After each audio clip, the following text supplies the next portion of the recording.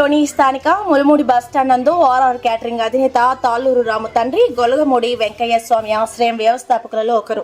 ఆశ్రయం మాజీ ట్రెజరర్ వాసు సిద్ధాంతి స్వర్గీయ తాళ్ళూరు శ్రీనివాసులు 6వ వర్ధంతి సందర్భంగా తాళ్ళూరు రాము ఆధ్వర్యంలో భారీ అన్నప్రసాద వితరణ గావించారు.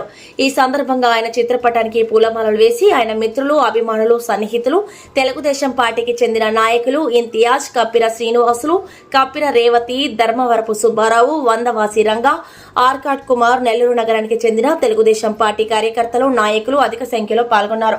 ఈ సందర్భంగా వారు మాట్లాడుతూ వాసు సిద్ధాంతిగా వెంకయ్య స్వామి ఆశ్రయం అభివృద్ధి కొరకు పాటుపడ్డ వ్యక్తి తాళ్ళూరు శ్రీనివాసులు అని కొనియాడారు.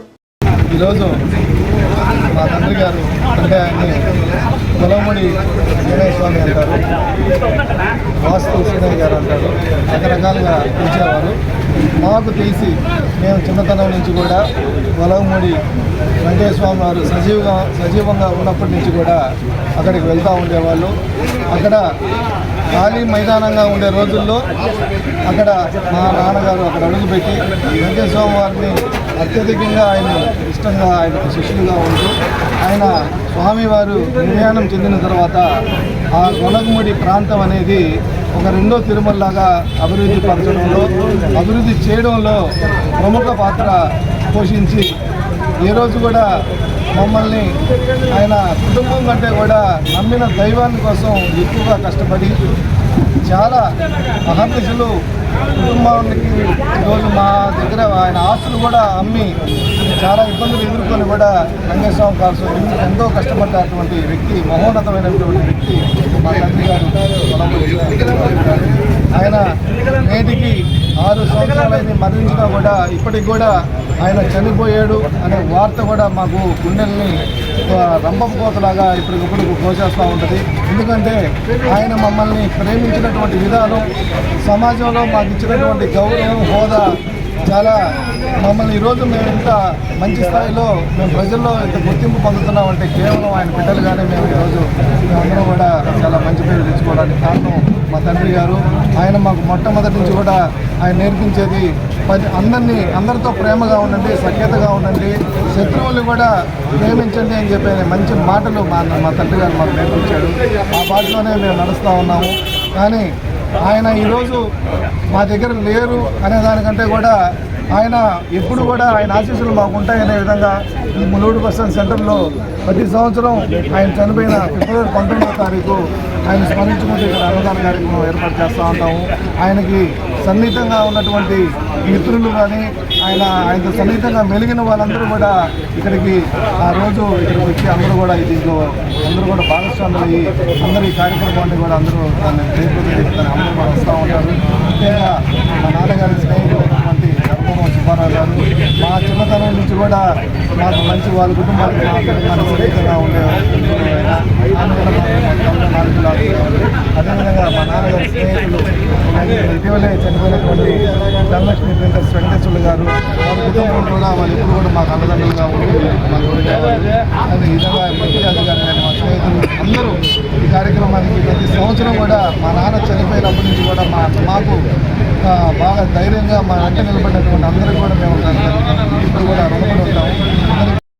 ఈరోజు నెల్లూరు నగరంలోని ములుగుడు బస్టాండ్ సెంటర్లో తాళ్ళూరు శ్రీనివాసులు గారి 6వ వర్ధంతి సందర్భంగా వారి కుమారులు టీడీపీ నాయకులు, ఆర్ఆర్ క్యాటరింగ్ అధినేత తాళ్ళూరు రాము గారు ఇక్కడ అన్నదాన కార్యక్రమం ఏర్పాటు చేయడం, దీనికి ముఖ్య అతిథులుగా ఇక్కడ ఉండే టీడీపీ నాయకులందరినీ పిలిచి వారి చేతుల మీదుగా ఈ అన్నదాన కార్యక్రమం ఏర్పాటు చేయడం చాలా సంతోషంగా ఉంది.